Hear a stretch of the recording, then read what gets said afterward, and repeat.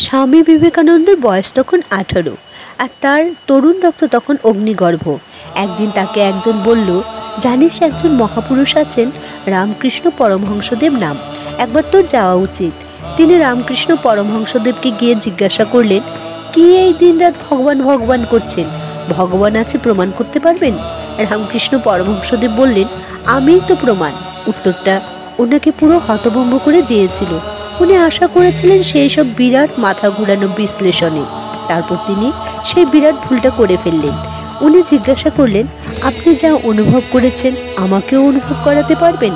রামকৃষ্ণ পরমহংসদেব শুধু ওনার পা স্বামীজির বুকের ওপরে রাখলেন, আর বিবেকানন্দ সেখান থেকে সেই সমাধি অবস্থা থেকে বেরোতে কয়েক ঘন্টা লেগেছিল। তারপর তিনি আর একটাও প্রশ্ন করেননি। তিনি এমন কিছু দেখেছিলেন যা জীবনে কখনো কল্পনাও করতে পারেননি।